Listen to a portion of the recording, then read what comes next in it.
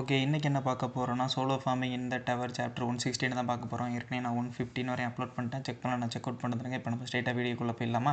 இப்போ ஸ்டார்டிங் சீனில் யார் யாரை காமிக்கிறாங்கன்னா பெரிய கரடி, அப்புறம் பெரிய தவக்கலை, அப்புறம் குட்டி கரடி, இவங்கெல்லாம் சேர்ந்துக்கிட்டு ஆன்ஸ் எதிர்த்துருப்பாங்க. இதுக்கப்புறம் புத்த போட்டு தரலான்னு போகும்போது பார்த்தீங்கன்னா சோல்ஜர் ஆன்ஸ் எல்லாம் வெளியே வந்திருப்பாங்க.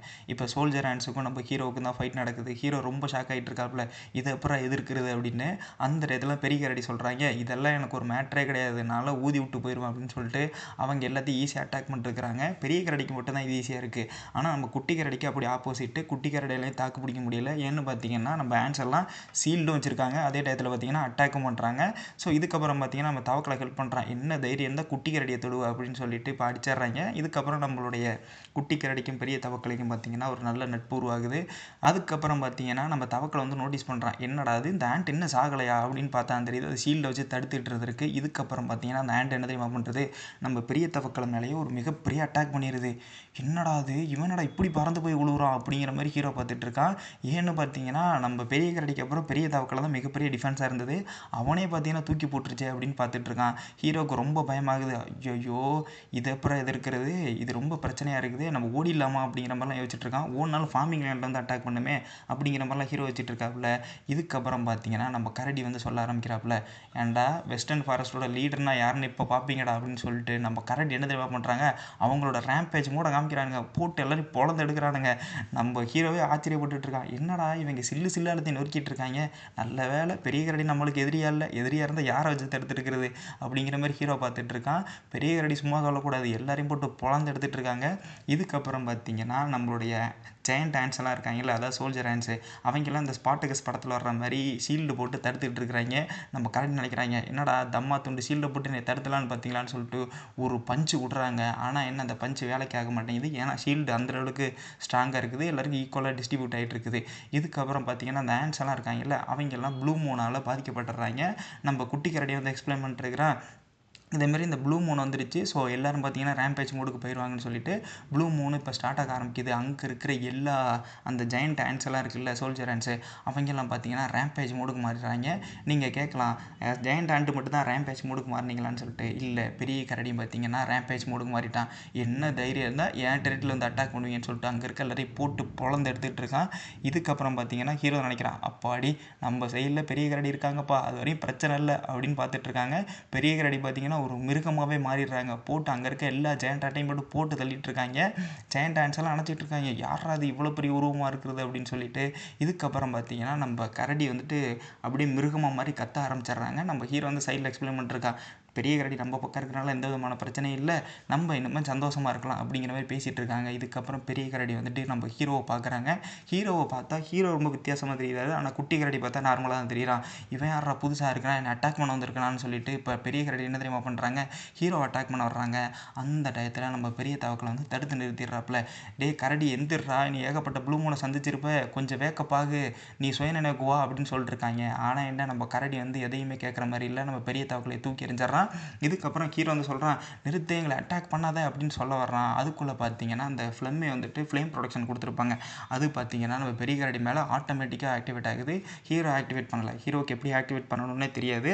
ஸோ அந்த ரேஞ்சுக்கு ஹீரோ வந்துட்டு ஒரு வெகுளி. இதுக்கப்புறம் பார்த்தீங்கன்னா ஹீரோ வந்து சொல்ல ஆரம்பிக்கிறேன், அது ஆக்டிவேட்டாக வந்து ஆன் ஆயிடுச்சுப்பா, இது உங்கள் அம்மாவை அட்டாக் பண்ணிருச்சு அப்படிங்கிற மாதிரி குட்டி கரடிகிட்ட வந்துட்டு எக்ஸ்பிளைன் பண்ணுறான். அதுக்கப்புறம் தான் ஹீரோ வந்து புரிஞ்சுக்கிறான், இது வந்து பெரிய கரடி வந்துட்டு அட்டாக் பண்ணலை, அதுக்கு பதிலாக அதை ப்யூரிஃபை பண்ணிட்டுருக்காங்க. இதுக்கப்புறம் தான் ஹீரோவுக்கும் லைட்டாக புரிய ஆரம்பிக்குது. இதேமாரி பார்த்தீங்கன்னா ஃப்ளெம்மையோட ஃப்ளேம் வந்துட்டு நெகட்டிவ் எனர்ஜியை பார்த்தீங்கன்னா அப்சர்வ் பண்ணிடும், அதை இல்லைன்னா எரிச்சிடும், அந்த மாதிரி தான் பண்ணிகிட்டு இருந்திருக்கு. ஸோ நம்மளுடைய பெரிய கரடிக்கிட்ட பார்த்தீங்கன்னா நெகட்டிவ் எனர்ஜி இருந்திருக்கு, அதாவது ப்ளூ மூன் தாக்கத்தால். ஸோ அதை பார்த்தீங்கன்னா இப்போ வந்து ப்யூரிஃபை பண்ணி அனுப்பிடுச்சு. இப்போ பெரிய கரடி பார்த்தீங்கன்னா நார்மல் ஆகிட்டான். ஆனால் பெரிய கரடி கிட்ட ஒரு நெகட்டிவ் என்னென்னா, இப்போ ரேம்பேஜ் மோடுக்கும் போயிட்டு அதே டயத்தில் பார்த்தீங்கன்னா அந்த நெகட்டிவ் எனர்ஜி மொத்தமாக அப்சர்வ் பண்ணனால பார்த்தீங்கன்னா ரொம்ப டயர்டாகிடுறான். ஸோ அதே இடத்துல பார்த்தீங்கன்னா லைட்டாக தூங்கிடுறாப்புல.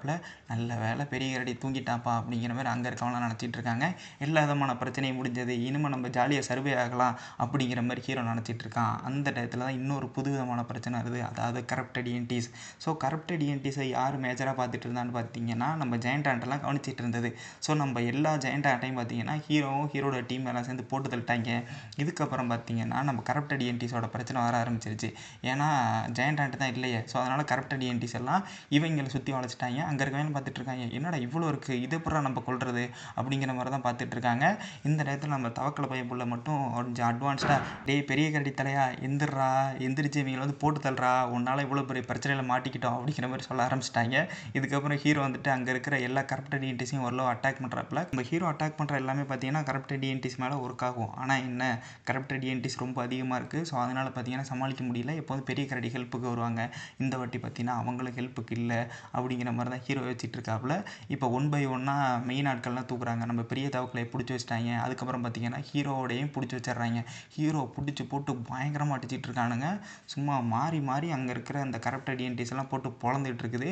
ஹீரோவுக்கு பார்த்தீங்கன்னா அன்பிரேக்கபிள் பாடி அப்படிங்கிற ஒன்று இருக்கும். ஸோ அதனால் பார்த்தீங்கன்னா ஹீரோவுக்கு பாடி ரிலேட்டடாக எதுவும் ஆகாது, அவனுக்கு உடலில் எந்த விதமான ஸ்க்ராச்சஸும் ஏற்படாது.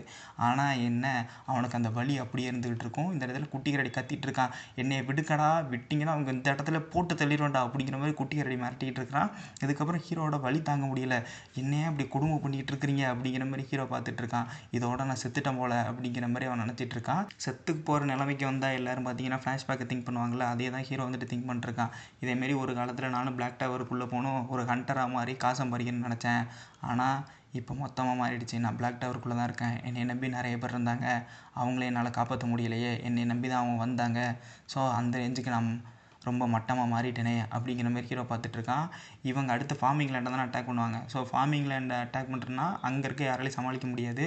ஸோ அவங்களும் பார்த்தீங்கன்னா ரொம்ப கஷ்டப்படுவாங்களே அப்படிங்கிற மாதிரி ஹீரோ வச்சிட்ருக்கான். இதுக்கு மேலே என்னோடய சமையலை யாரும் சாப்பிட மாட்டாங்களே, நான் யாருக்கு என்னால் சமைச்சு போட முடியாதே அப்படிங்கிற மாதிரி ஹீரோ வருத்தப்பட்டுருக்கான்.